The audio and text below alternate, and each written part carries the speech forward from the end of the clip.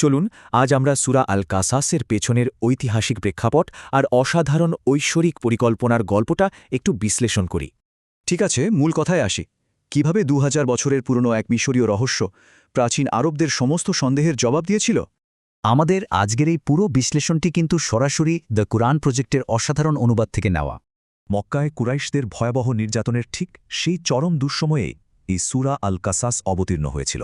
ভাবুন তো, সে সময় মক্কায় মুসলমানদের ছোট্ট অসহায় দলটি কী পরিমাণ ভয় আর অকল্পনীয় জুলুমের শিকার হচ্ছিল। ঠিক এই একই রকম চরম ঔদ্ধত্য আর বিভাজনের চিত্র আমরা প্রাচীন মিশরের অত্যাচারী ফেরাউনের আমলেও দেখতে পাই। সেই চরম নিপীড়নের দিনগুলোতে শিশু মুসার মায়ের হৃদয়ের হাহাকার আর ভয় কতটা তীব্র ছিল তা ভাবলেও অবাক লাগে। তাহলে সবচেয়ে গুরুত্বপূর্ণ বিষয়টা হলো, ঠিক এখান থেকেই স্রষ্টার সেই অদৃশ্য আর নিখুঁত পরিকল্পনা শুরু। কি অদ্ভুত পরিহাস! ফেরাউনের স্ত্রী তাকে এমন এক শিশুকে দত্তক নিতে রাজি করালেন যে কিনা পরবর্তীতে তার পতন ঘটাবে। স্রষ্টার কি মাস্টার প্ল্যান!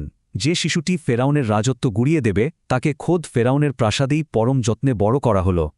আর এটা চমৎকারভাবে প্রমাণ করে যে প্রাচীন মিশরের অত্যাচারী শাসকদের সাথে তৎকালীন মক্কার কুরাইশদের পরিস্থিতির দারুণ একটা মিল ছিল। এই অসাধারণ গল্পটার কিন্তু একটাই মূল উদ্দেশ্য ছিল মক্কায় নির্যাতিত অসহায় মুসলমানদের মনে সাহস আর সান্ত্বনা জোগানো। কুরাইশদের ভণ্ডামিটা দেখুন, নিজেরাই আগের নিদর্শন প্রত্যাখ্যান করে উল্টো দাবি বসল, নবী কেন মুসার মতো অলৌকিক কিছু আনছেন না।